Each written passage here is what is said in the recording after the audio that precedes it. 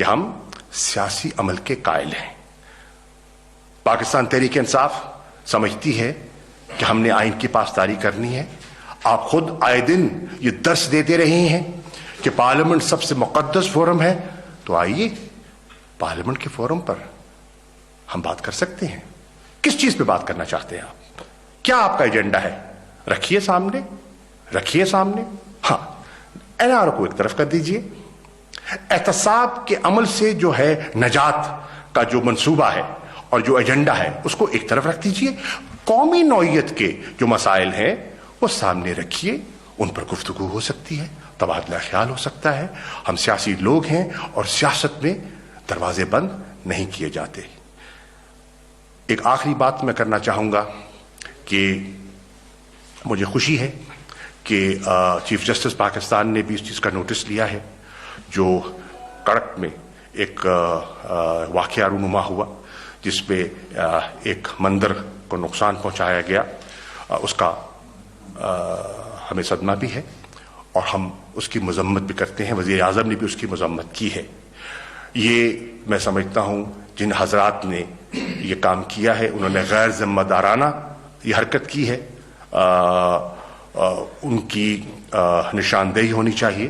اور میں سمجھتا ہوں کہ جے یو آئی کے وہ صاحبان جو غالباً رحمت خٹک صاحب ہیں جو اس کی قیادت کر رہے تھے, انہیں ایسا نہیں کرنا چاہیے تھا, کیونکہ یہ آئین کے جو بنیادی حقوق ہیں اس سے بھی یہ فعل متصادم ہے, قانون کی خلاف ورزی ہے, قانون شکنی ہے. اور اگر آپ دیکھیں تو ہماری جو اسلامی قدریں ہیں اس کے بھی برعکس ہے. ہم اگر چاہتے ہیں کہ ہماری مسجدوں کا احترام کیا جائے, ان کو تحفظ ہو جو ہندوستان میں ہے, دیگر ممالک میں ہیں, تو پھر ہمیں مندروں کا, گردواروں کا اور گرجا گھروں کا بھی احترام کرنا ہوگا. یہ اسلامی قدروں کے عین مطابق ہے. اور مجھے خوشی ہے کہ اس کا نوٹس لیا گیا. مجھے امید ہے کہ 4 تاریخ کو سپریم کورٹ میں یہ رپورٹ بھی پیش کی جائے گی اور 5 تاریخ کو وہ میری ان سے ملاقات نہیں ہوئی, تبادلہ خیال نہیں ہوا, تو اس پر میں کوئی رائے نہیں دے سکتا. ہاں, مجھے یہ میرے علم میں ہے کہ کم از کم وہ تحریک انصاف کا تو حصہ نہیں ہے. نمبر 1. نمبر 2, دیکھیے ہم یہ نہیں کہہ رہے, یہ فیصلہ انہوں نے کرنا ہے, ان کی قیادت نے کرنا ہے. انہوں نے فیصلہ کیا کہ ہم نے آر اور پار کا فیصلہ کر لیا. یہ میرے الفاظ نہیں ہیں, یہ مسلم لیگ نون کی قیادت کے الفاظ ہیں کہ آر ہوگی یا پار ہوگی. اور اس آر اور پار کو انہوں نے جوڑ دیا استعفوں سے اور لانگ مارچ سے. آج پوری قوم سمجھ رہی ہے کہ ان میں وہ ذہنی ہم آہنگی نہیں ہے اور ان میں وہ جسے کہتے ہیں نا نظریاتی تو مماثلت نہ تھی نہ ہے. میں پہلے بھی کہہ چکا ہوں, یہ ایک عارضی اور غیر فطری اتحاد ہے اور وقتی اتحاد ہے. اور اس کی جو ضروریات ہیں وہ بھی آپ سمجھتے ہیں, کم از کم لوگ سمجھ گئے ہیں کہ اس کی ضرورت محسوس کیوں کی گئی. دیر پا نہیں ہے, یہ فیصلہ ان کا ہے. ہم یہ کہہ رہے ہیں قوم کے ساتھ مذاق نہ کیجیے. اگر آپ سنجیدہ ہیں تو سنجیدگی کا مظاہرہ کیجیے, یا اگر آپ سمجھتے ہیں کہ فیصلہ بہتر یہی ہے کہ ہمیں مستفی نہیں ہونا, ہم نے انتخابات میں حصہ لینا ہے, سینٹ کا حصہ بننا ہے, تو اچھا فیصلہ ہے. میں کب کہتا ہوں فیصلہ نہیں ہے, یہ آپ کا فیصلہ ہے. یہ فیصلہ انہوں نے کرنا ہے, ہم نے نہیں کرنا. لیکن لگتا یہ ہے کہ اس فیصلے پر پی ڈی ایم متفق نہیں ہے. شاہ جی, ایک گردان سنتے ہیں ہم کہ این آر او نہیں دوں گا یا این آر او نہیں دیں گے, لیکن دوسری طرف وزیر اعظم خطاب کرتے ہیں اور وہ کہتے ہیں کہ اگر کسی نے این آر او دیا تو ملک کے ساتھ زیادتی کرے گا. یہ کسی کی طرف کیا مراد ہے؟ وہ ملٹری اسٹیبلشمنٹ کا کہہ رہے ہیں, کوئی اور خفیہ طاقت ہے؟ نہیں, پہلی بات تو یہ ہے کہ این آر او تو خان صاحب کی تو سوچ بڑی واضح ہے اور وہ کہہ رہے تھے, دیکھیے این آر او کی تشریح کیجئے نا. این آر او ہے کیا؟ این آر او ایک بچت کا راستہ ہے, احتساب کے عمل سے بچنے کا ایک راستہ ہے. اور وہ بے نقاب کب ہوا, وہ خواہش بے نقاب کب ہوئی؟ جب